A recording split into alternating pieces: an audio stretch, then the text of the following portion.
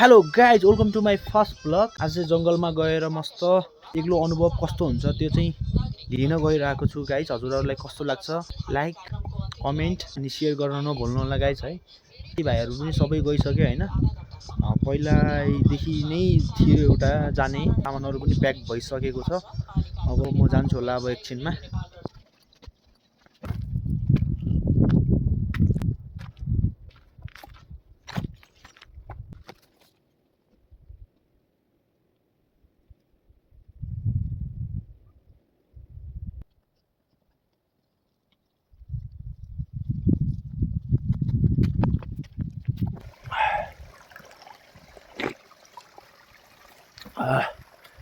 यो चाहिँ भाङखाला हो गाइज है। भाङखाला माथि हाम्रो आजकल हिउँदो चाहिँ यस्तै हुन्छ, हरियाली पुरै गइसकेको छ है। कहाँसम्म गइन्छ होइन, आज यी सर्टकट हिँड्नु पर्यो जस्तो लागिरहेको छ। ब्रदर क्याम्प फायर साथीहरू भएको भए रमाइलो हुन्थ्यो, एक्लै छु यस्तै छ। बाटो चाहिँ यही हो, अहिले उता हिमालहरू पनि देखिरहेको। भालुको डर चाहिँ लाग्ला जस्तो छ। बाघहरू पनि चढेर गाइज है। जङ्गल भाइब्स आइरहेछ।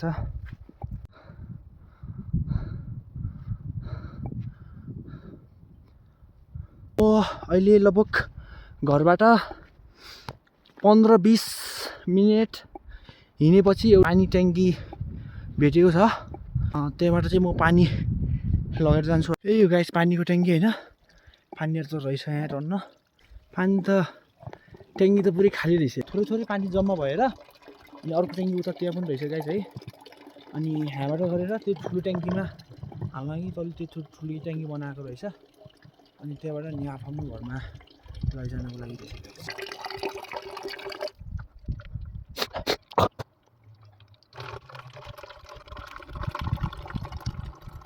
वन जङ्गलको पानी चाहिँ यति मिठो कि गाइस है, यति मिठो यार।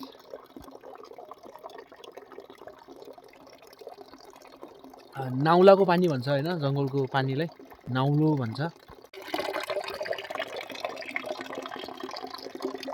अब गाइस लाग्नु पर्यो होइन। अब टेन्ट जङ्गलतिर गएर अब टेन्ट कहाँ हाल्ने, कसरी हाल्ने। नयाँ टेन्ट हो है गाइस, फजुको टेन्ट हो। मैले चाहिँ आज मागेर लिएको थिएँ। दाउराहरू खेर्नु पर्यो गाइस है, बाल्नु पर्यो। अब गाइस जङ्गलको भाइब्स आयो, हेर्नुहोस् जङ्गल आइसक्यो। भालुहरू छ भन्ने डर लागिरह। भालुले खाइदियो भने त गाइस बनाउन गइरहेको थियो, भालुले खाइदियो भन्ने एउटा न्युज पनि हुन्छ यार। गाह्रो छ गाइस। यार गाइस मेल वर्षमा चाहिँ लामो समयपछि फल्छ यो। यसलाई भन्छ मेल गाइस। मेल भनेको यो हो। यसको काँडा भयानक हुन्छ। तर जङ्गलतिर त्यति साह्रो हिउँदोमा चाहिँ हुँदैन खानेकुराहरू। हेर्नुहोस् गाइस, यो चाहिँ मेल हो। भालुको डर लागिरहेछ, जङ्गलमा बसिरहेको छु म। अस्ति देखेको हो मैले पनि। कस्तो हुन्छ अनुभव, कहाँनिर चाहिँ क्याम्प बसाल्ने हो भन्ने म कन्फ्युज भइरहेको छु। के गर्ने हो, कहाँ गर्ने हो। सबै पानीहरू पनि लिएर आएँ मैले। हेर्नुहोस् सेल देख्यो मा यहीँ बनिदिउँ जस्तो लागिरहेछ क्याम्प। यो रुखको पछाडिपट्टि हाल्यो भनेपछि म डर पनि हुँदैन होइन। यो एरिया पनि हल्का दाउराहरू पनि नजिक रहेछ। खुल्ला जग्गा छ गाइस। म यस्तो ठाउँमा बस्ने चाहिँ निर्णय गरेँ मैले।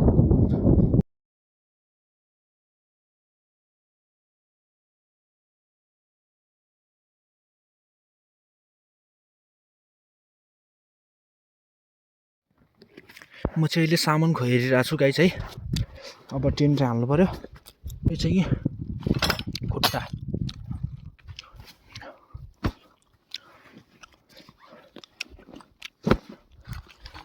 यही हो सामानहरू टेन्टको। अनि अरू सामान यहाँ छ।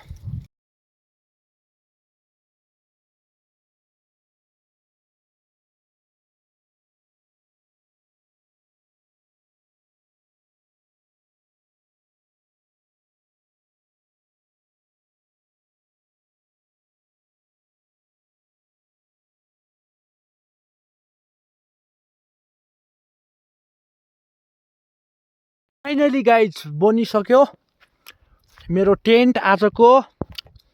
अनि यो वरिपरि झार हाल्नुको कारण के हो भन्दाखेरि राति भालु लागिरह नि हाम्रो गाउँतिर यतातिर। भालु आयो भने चाहिँ आवाज आओस् होइन, थाहा होस् के सजिलैसँग। त्यसकारण मैले झारपात हालेको अनि यहाँ लगाइरहेको छु।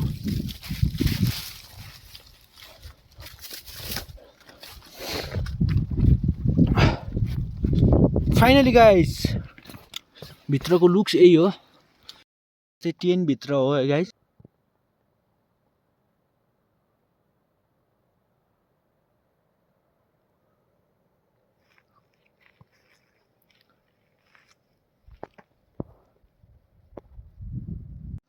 बाहिर यो ठाउँमा बनाउनु पर्यो, यो ठाउँमा ट्याक्कै खाना पकाउने बनाउनु पर्छ।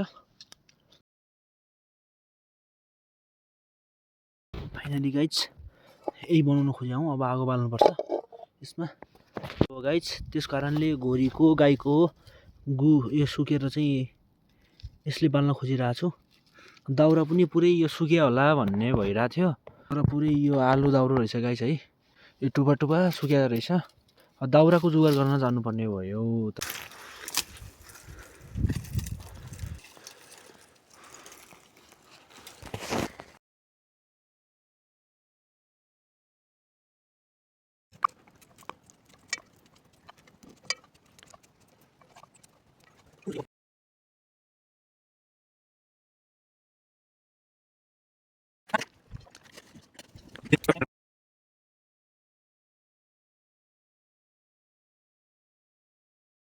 अहिले चाहिँ अवस्था अँध्यारो अँध्यारो भइसकेको छ। कम्तीमा अहिले 6 बज्न लाग्यो गाइज है।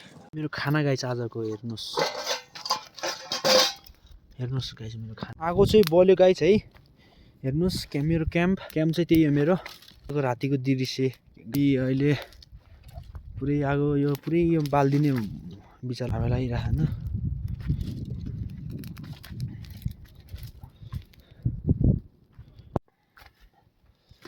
ओहे गाइज आज रातिको मेरो खाना, मेरो आजको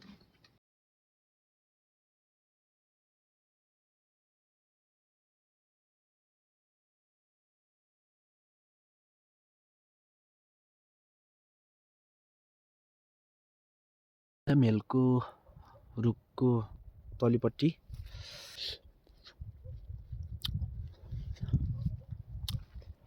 आलु पनि छ गाइज यता।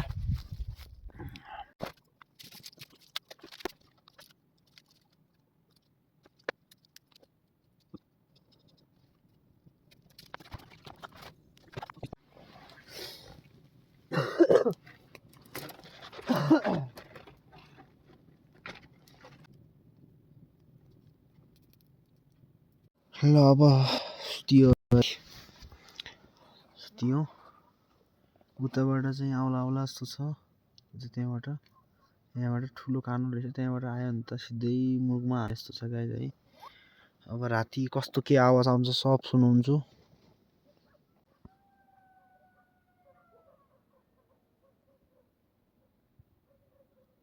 यो चाहिँ रातिको 2 बजिसक्यो गाइज है। बाहिर के को आवाज आइरहेछ, बाहिर डर पनि लागिरहेछ है।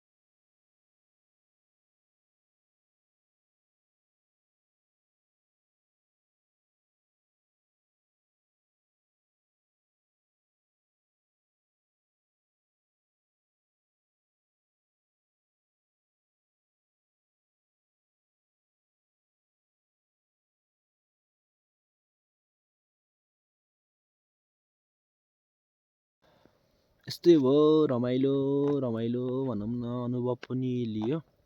आई होप हजुरहरूलाई यो भिडियो हेरेर चाहिँ हल्का हल्का रमाइलो भयो होला, अनुभव पनि भयो। Thank you for watching this video. यस्तै नयाँ भिडियोहरू लिएर आउने नै छु हैन। सेस